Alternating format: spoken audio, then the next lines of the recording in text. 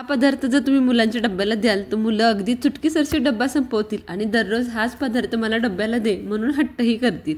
त्यामुळे दररोज मुलांना डब्याला काय द्यायचं हा प्रश्नही राहणार नाही आणि अतिशय टेस्टी असा पदार्थ तुम्हाला झटपट बनवताही येईल। आज आपण बनवणार आहोत अगदी झटपट असे होणारे पॅनकेक। बनवायला अतिशय सोपे आहेत। चला यासाठी लागणारं साहित्य आणि कृती बघूयात। सगळ्यात आधी पॅनकेक बनवण्यासाठी इथे मी पिठी साखर चाळून घेतेय। इथे मी 1 कपच्या प्रमाणामध्ये हे सगळं प्रमाण घेतेय। 1 कप मैद्यासाठी पाऊण कप पिठी साखर घेतली आहे। आता तुम्हाला कितपत गोड आवडतं त्या प्रमाणामध्ये पिठी साखर तुम्ही कमी जास्त करू शकता। इथे मी साधारण पाऊण कप पिठी साखर छानपैकी मिक्सरला बारीक करून ती चाळून घेतली आहे। चाळून घेतल्यामुळे असे जे काही साखरेचे थोडेफार दाणे राहतात ते अगदी सहजपणे आपल्याला बाजूला करता येतात। त्यानंतर घ्यायचं आहे अर्धा कप तेल। आता इथं तेलाऐवजी तुम्ही बटरही घेऊ शकता, परंतु मी तेल घेते। तेल घेतल्यामुळे पॅनकेक आपला बराच वेळ मऊ लुसलुशीत असा राहतो। ज्या वेळेला बटर घेतो तो बटर थोडंसं पॅनकेक थंड झाला की जिभेला टाळ्याला चिटकल्यासारखा लागतो, त्यामुळे मी आवर्जून तेल घेतले। त्याचबरोबर अर्धा कप इथे दूधही घेतले।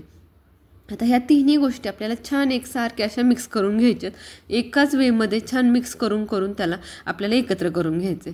जे काही बाऊलला कडेने पिठी साखर लागली तीही यामध्ये घेऊन टाकते, म्हणजे छानपैकी ते एकजीव होऊन जाईल। दूध, तेल आणि पिठी साखर छान एकजीव झालं की त्यानंतर यामध्ये आपल्याला मैदा आहे तो चाळून घ्यायचा आहे। चला ह्या तिन्ही गोष्टी छान एकजीव झालेत। आता यामध्ये 1 कप मैदा मी छानपैकी चाळून। सकाळच्या घाईत दररोज मुलांना वेगळं काय द्यायचं हा किती मोठा प्रश्न असतो आणि मुलांना तर दररोज वेगवेगळंच हवं असतं। अशा वेळेस तुम्ही हा पॅनकेक अगदी झटपट असा करू शकता। बॅटर बनवायचं आणि लगेच तव्यावरती करायला घ्यायचं।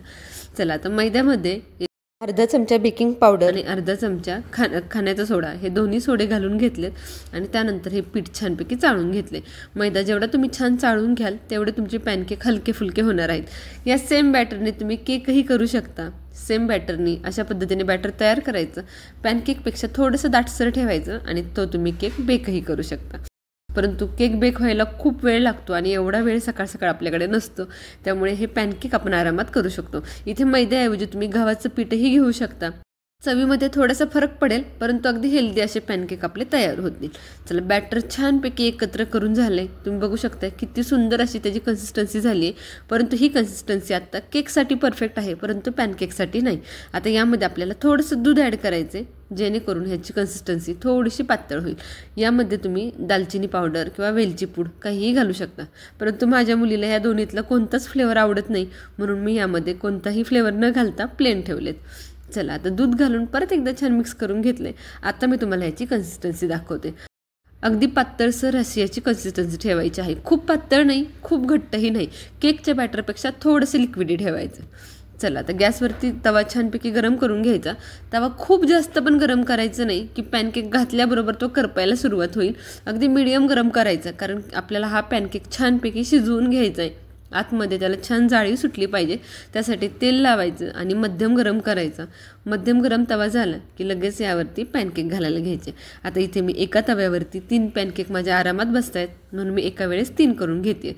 तुमचा तवा किती मोठा आणि किती छोटा आहे त्यावरती तुमचे पॅनकेक ठरतील। त्यापेक्षा तुम्ही अगदी छोटे छोटे 2-3 करण्यापेक्षा एक मोठा केला तरीही चालेल।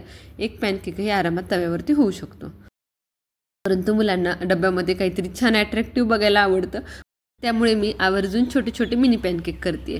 आता बॅटर घालून झालं की वरून ताट झाकण ठेवायचं आणि 2 मिनटं याला वाफ द्यायची।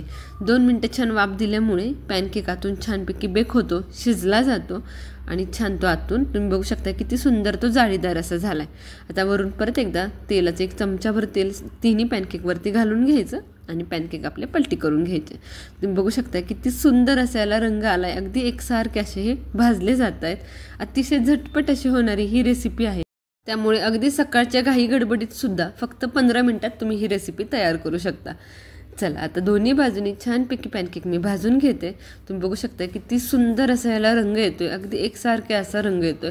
फक्त गॅस अगदी लो ठेवायचा आहे पूर्ण वेळ पॅनकेक भाजेपर्यंत, म्हणजे आतून पॅनकेक छानपैकी भाजले जातात आणि शिजलेही जातात।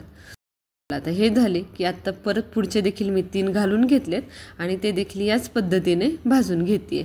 आपली टिफिन सिरीज चालू झाली आहे। या टिफिन सिरीजमधले एकही रेसिपी मिस करू नका।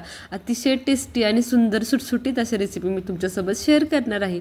त्यामुळे आपल्या शुभज्योत रेसिपी चॅनलला आतापर्यंत सबस्क्राईब केलं नसेल तर लगेच सबस्क्राईब करून ठेवा, म्हणजे टिफिन सिरीजमधली एकही रेसिपी तुमची मिस होणार नाही आहे. चला, सुंदर असे पॅनकेक तयार झालेत. इथे मी सर्वही करून घेतलेत. अतिशय टेस्टी. मुलीला ते इतके आवडले की तिने आता हट्ट केलाय उद्या परत मला पॅनकेकच बनवून दे म्हणून. चला, तुमचीही मुलं असेच हट्ट करतील जर तुम्ही या पद्धतीने हे पॅनकेक बनवचाल. चला, आजची रेसिपी कशी वाटली हे कमेंट सेक्शनमध्ये नक्की सांगा. धन्यवाद.